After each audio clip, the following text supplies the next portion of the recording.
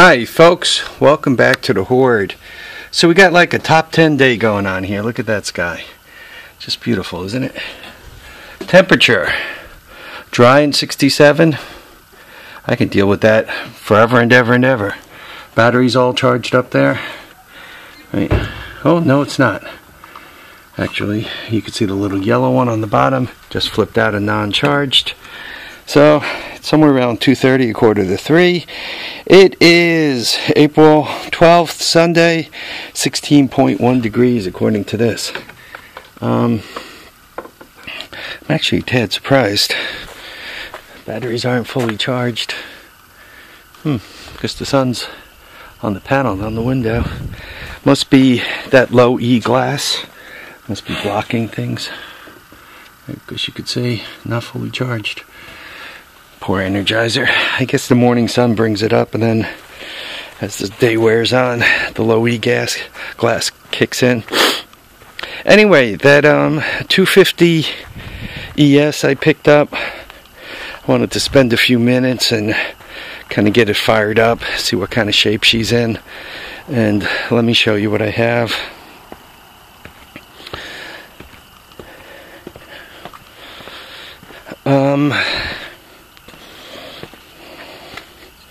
Well, it's I can't say it was easily ridden and, you know, put away gently, but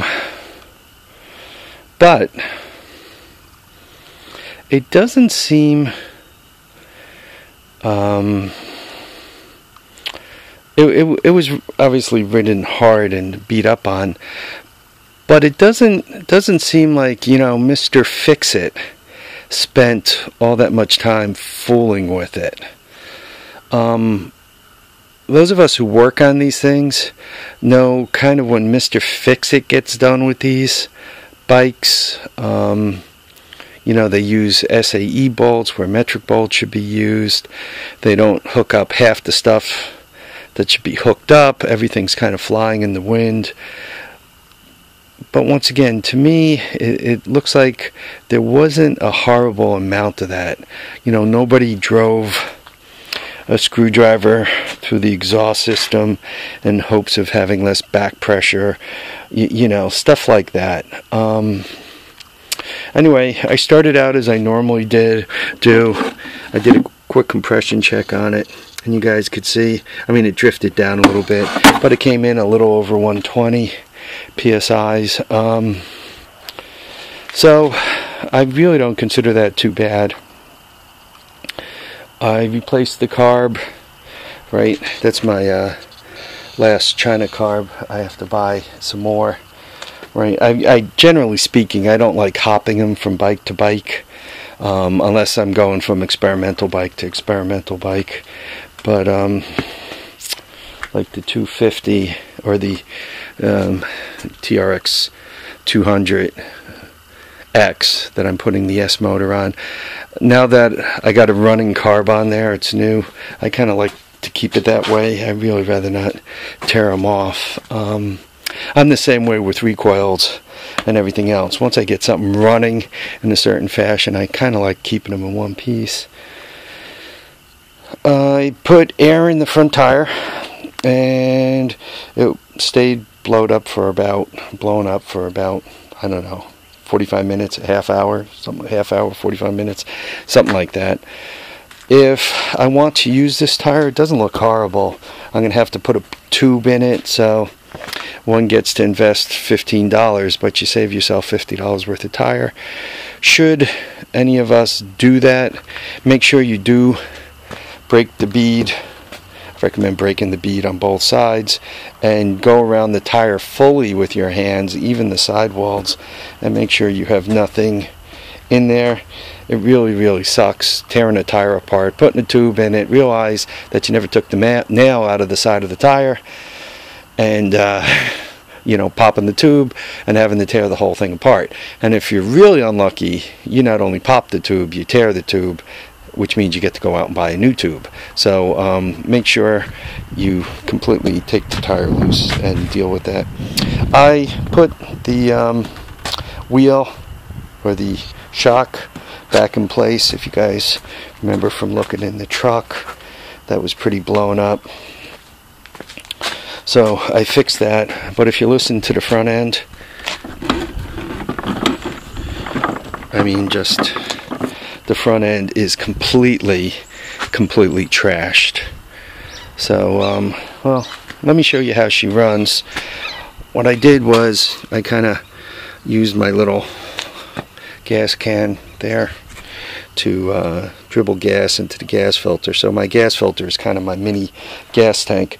I still have the mechanical advance, and you guys will see that the thing also has the electronic advance, so it'll idle, but not much above that. If you start giving it gas, it starts breaking up right away, because you're to the point where you got the mechanical advance advancing, and you got the electronic advance advancing, and it just puts you too far out forward, and you're sparking as the piston's coming up on the compression stroke. So you're kind of, and you could see it'll start popping and doing other things. It turns out, it seems to me from playing with this on the 200X, that the box itself has a little bit of advance.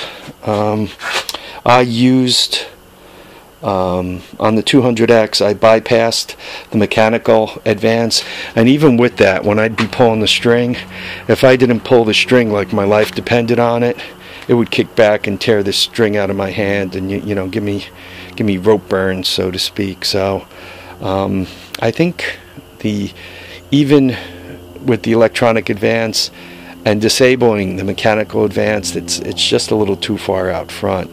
I'm probably, if I keep the electronic advance on this, if I keep my portable CDI box on this, I'm going to probably put a fixed advance in it and then retard it just a little bit, so it's not quite so aggressive when you pull the string. Anyway, let me fire this up so you guys could hear it. Hopefully it fires up. It doesn't make me look like a liar.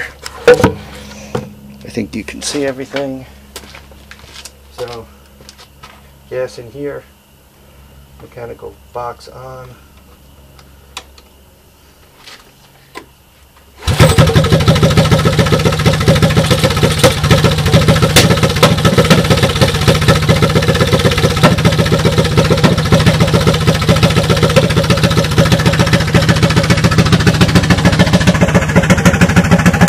So you guys could hear it running.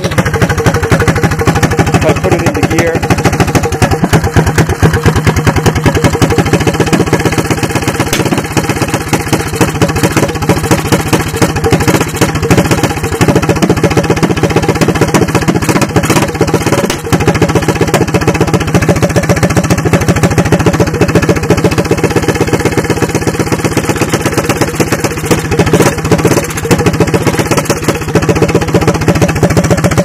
reverse.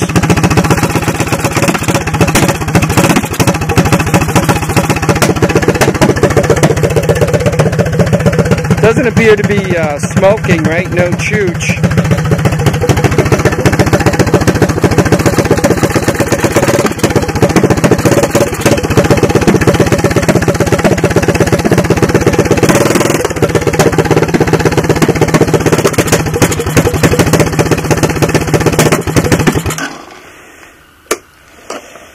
So anyway, you guys could see she runs.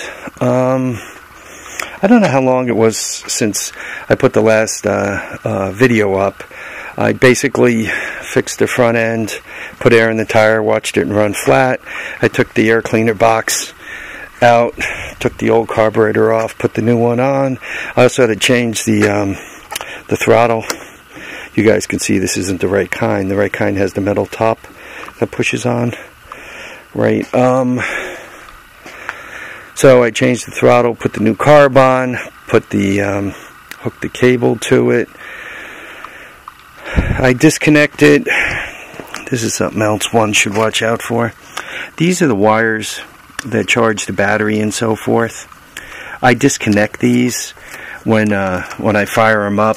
especially when you got stuff that looks this bad, right? The last thing you want to do is fire the bike up and have them destroy the stator, destroy the rectifier for the battery, the regulator rectifier for the battery. So I just disconnect that. So obviously she starts, she runs, she moves. I'm going to have to get some air or a tube or something in that front tire if I have any hopes of driving it around back. So I'm happy with this.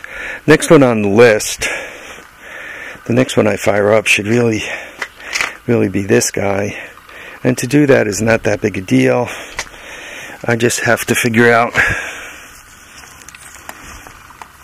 which one of these wires, and this batch of wires goes to the electrical system, charging the battery and so forth. Okay, these bunch of wires do the ignition, and this I don't know if you can see it right there, the isolated one. It's blue and yellow. That's the one that comes from the CDI. So I have to hook up to that and to the green one, and that should give me that should give me my pulse generator. Then all I have to do is smash a carburetor on there and see if she'll fire up. I think I already put some oil in this thing. And I put way too much oil down the spark plug hole. So actually the first thing I need to do is turn this thing over and get the oil out of there so I don't hydro the gauge again. Okay guys, I want to thank you for watching and commenting and subscribing. Remember to keep your feet down, keep your head up, and please guys, remember to enjoy all your days. Bye now.